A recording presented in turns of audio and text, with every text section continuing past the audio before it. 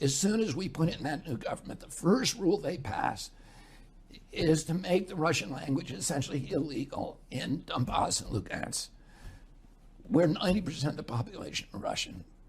And there's then peaceful uprising, which people begin dying. They turn violent. Now, which side made them violent is a dispute, but it's not a dispute.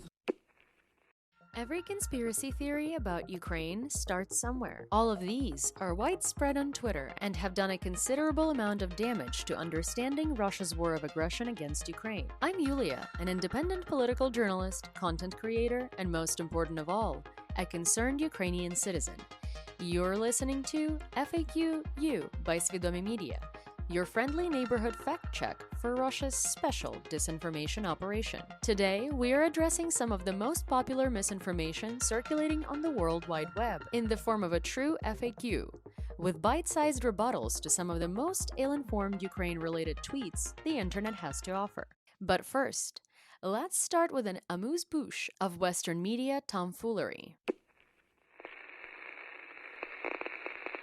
He gets into office. The minute he gets there and he's told everybody, I'm going to sign the Minsk Accords and settle the peace with Russia, he suddenly pivots. And we don't know what happened, but the rational assumption is that the U.S. government told him he could not do that. So the Victoria Nuland and Anthony Blinken and Avril Haines, who's the DNI, Director of National Intelligence, told him you cannot have a peace with Russia. Plus, people within, ultranationalists within Ukraine told him, if you sign that, we're going to kill you. And a lot of people say, anyway, they threatened him with death, and that is pretty well documented. Wow, what a load of bullcrap. But also, does this gentleman need a glass of water?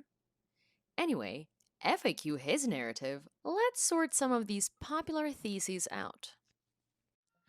Let's start with this tweet from Robert Bendix on Twitter. Quote, I'm British, and I'm furious about how Britain is treating Russia. The Yanks never got sanctioned after invading Afghanistan, Iraq, Libya, and my country helped them and participated in those conflicts. NATO agreed not to expand, so they're to blame, not Russia. End quote.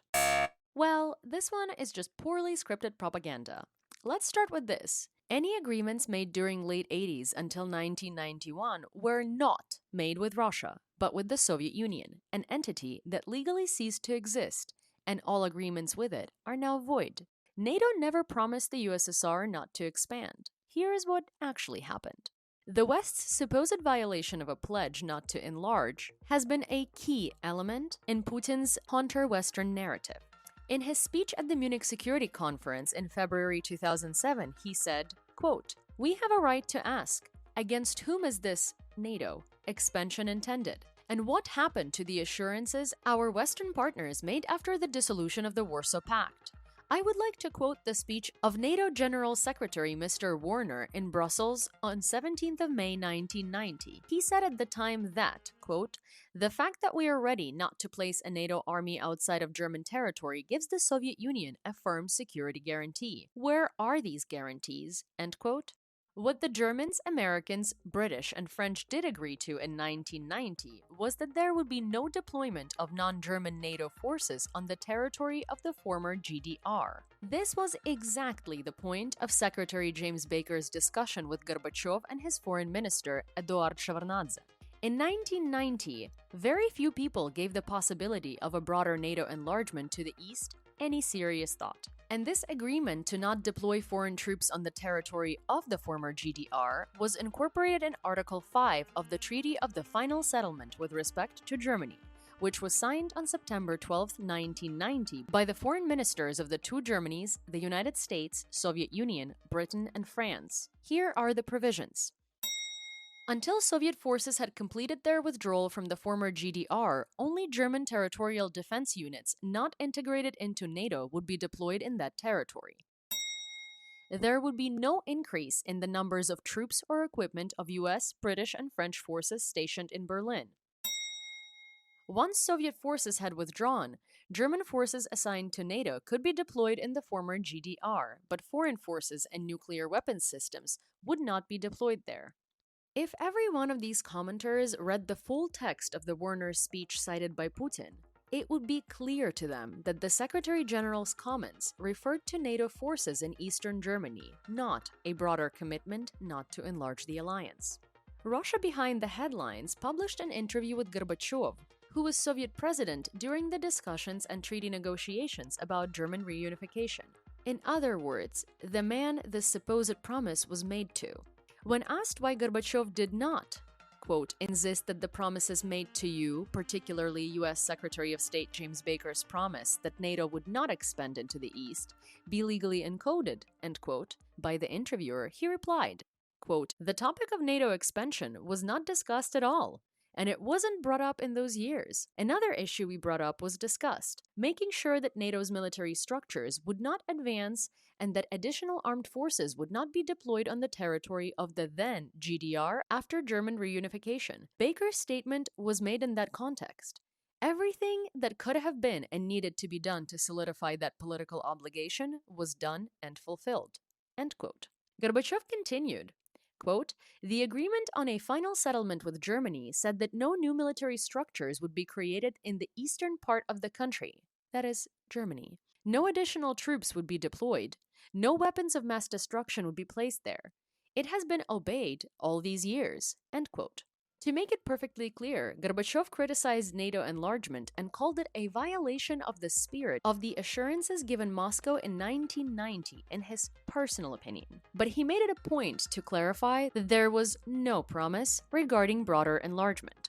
Several years after German reunification in 1997, NATO stated, quote, current and foreseeable security environment, end quote, does not provide for permanent stationing of substantial combat forces on the territory of new NATO members.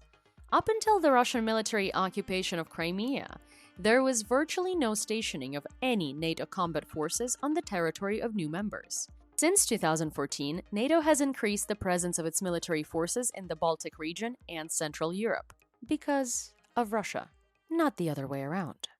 Next up, this tweet by user at Ethelred1917 on Twitter. Quote, Ukraine military despise Russian people. Banderites enjoy killing Russian ethnics. No equivalent on the Russian side.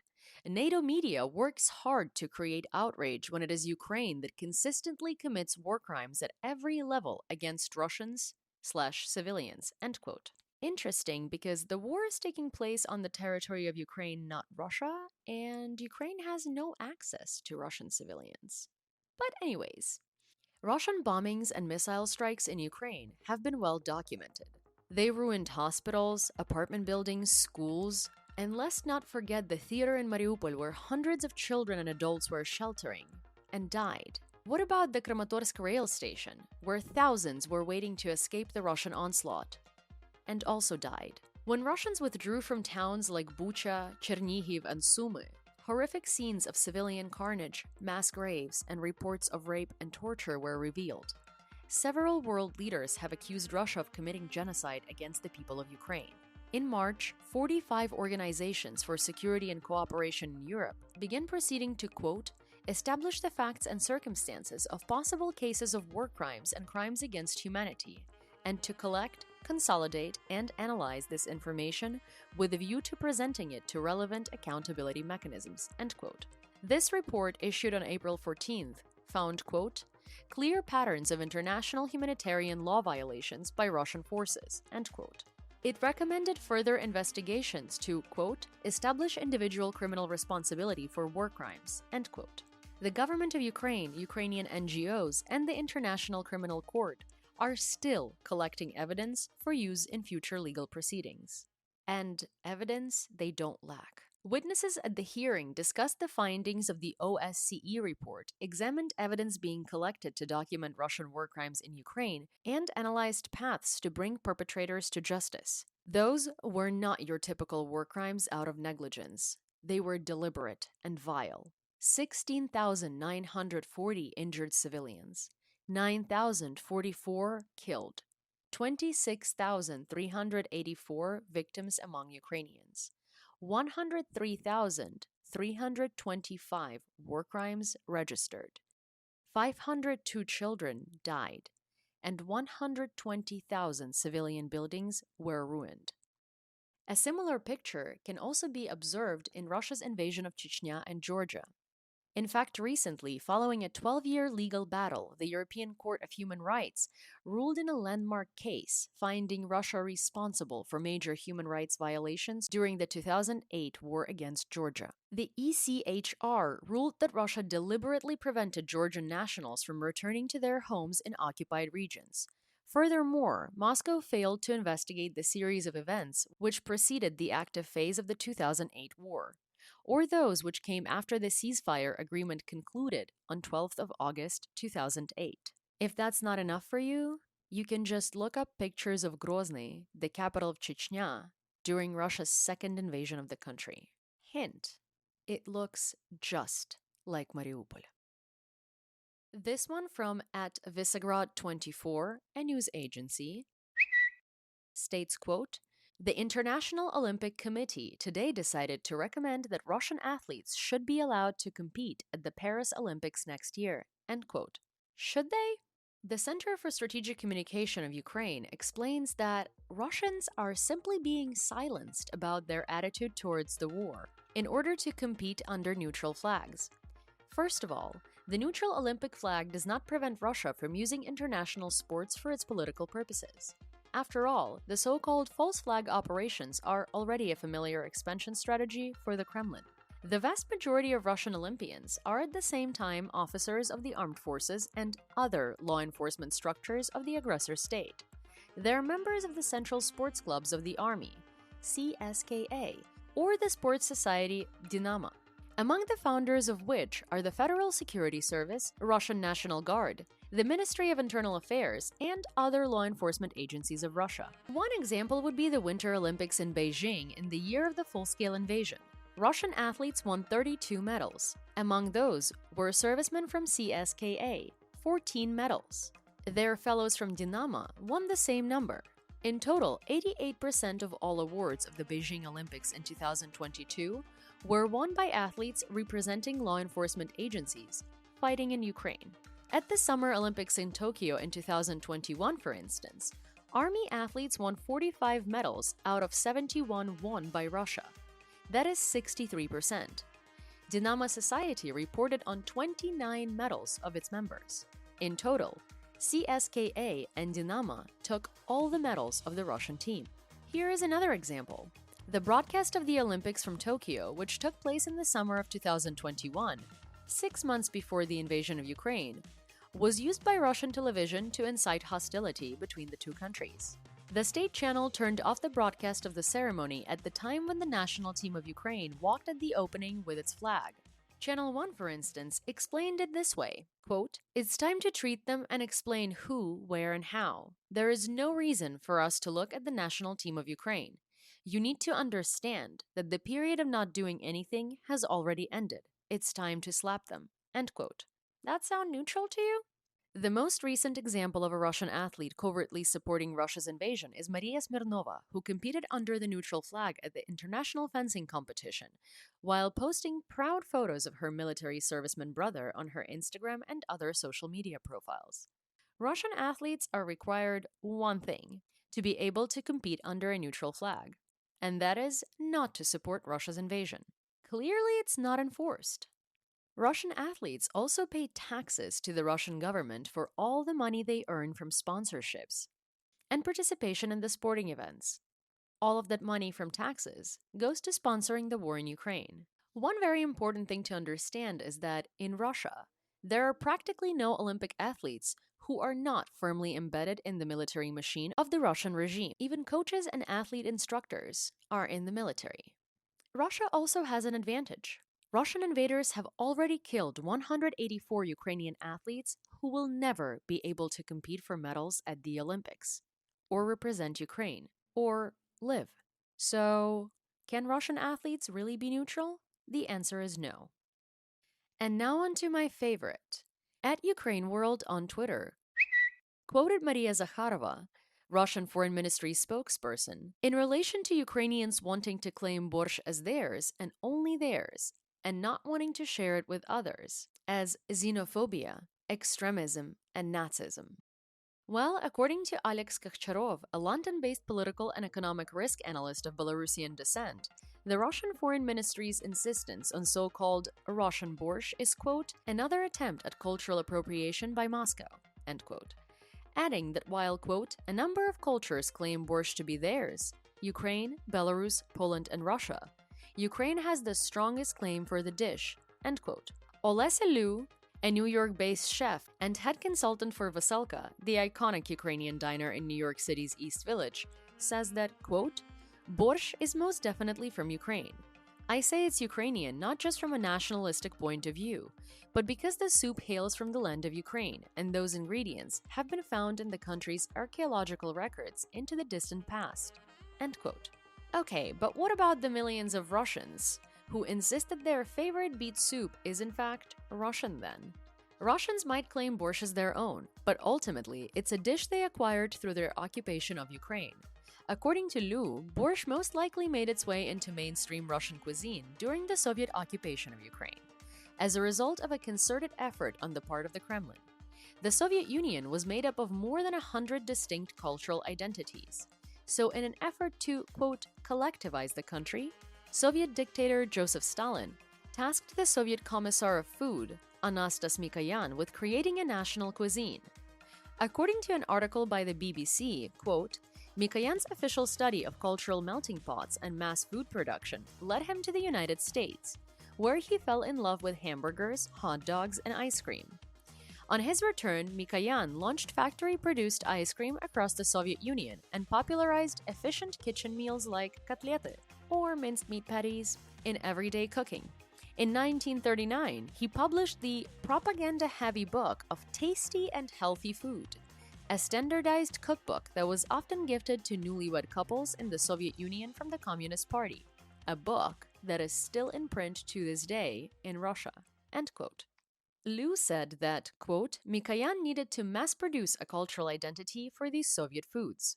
It's fascinating to read what he picked from each place, be it Ukraine or Georgia, while remaining vague, since at the time most ingredients were not widely available across the Soviet Union. The cookbook made all these dishes part of Soviet culture and thereby Russian, since Russia was the most important culture for the Soviets, end quote. So, what can we find in the Soviet Bible about borscht? Chapter 6, titled Soups, starts with cabbage-based shi, listing 6 different recipes, after which comes borscht, then summer borscht, and lastly, a differentiated Ukrainian borscht. So this is kind of like making an American cookbook with recipes for tacos, citing multiples, and then finishing it with Mexican tacos. And that's about how ridiculous that sounds. Not to mention that last year, UNESCO registered borscht as part of Ukrainian cultural identity and heritage. Ukraine has no problem with sharing borscht with other people. What Ukraine has a problem with is the constant appropriation of Ukrainian culture by Russia and presentation of it to the world as their own. Next, user at Master at Work Inc., a man of a few words, says, quote, Ukraine hates black people, end quote.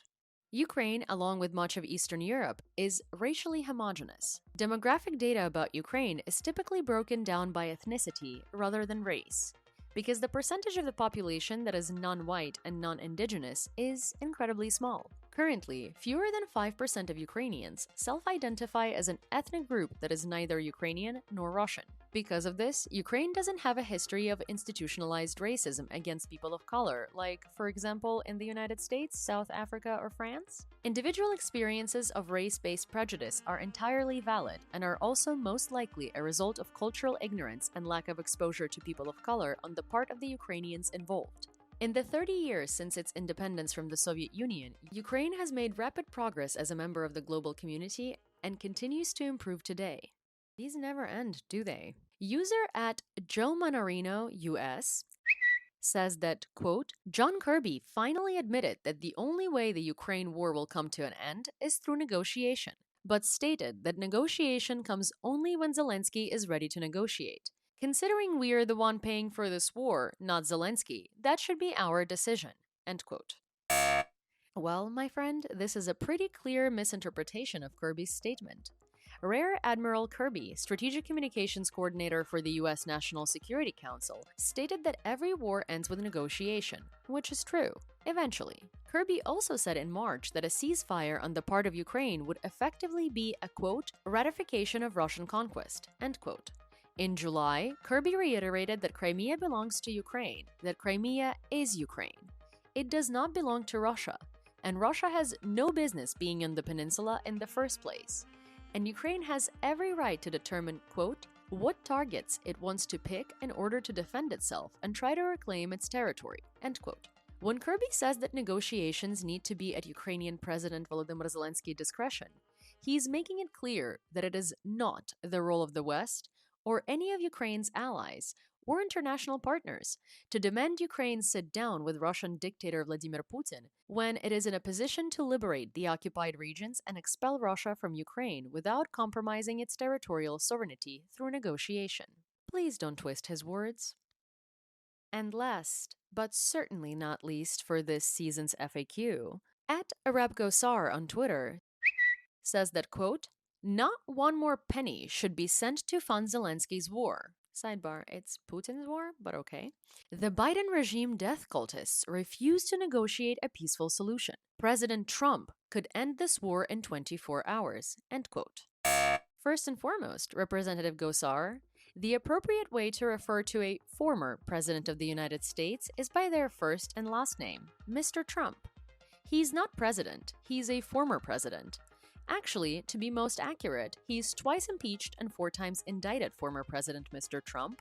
Now that we have that sorted out, his idea of negotiating peace is deciding which of the occupied territories to hand over to Russia, along with all Ukrainians who live there and would continue to suffer under long-term occupation. Lack of military action does not mean peace. It just means suffering with no military action. Now that we have that clear, the only person who can end the war in 24 hours is Russian dictator Vladimir Putin by withdrawing his forces from Ukraine. Certainly not former President Donald Trump. And that'll be it for today. If you'd like to find out more about Russia's war crimes in Ukraine, we've included a link with a very comprehensive source in the description. Join me on the next episode, which will be a special for Ukraine Independence Day on August 24th, as we continue to bring facts to the battlefield of Russia's special disinformation operation. And in the meanwhile, if you'd like to be filled in daily on everything that happens in Ukraine, as well as hear some sassy responses to Russian trolls, don't forget to follow me on YouTube, TikTok, and Instagram at YEWLEEA. And please extend that same courtesy to Svidomi Media, also linked in the description of the podcast. Well, Slava Ukraini, and FAQ you, Russia, and your special disinformation operation.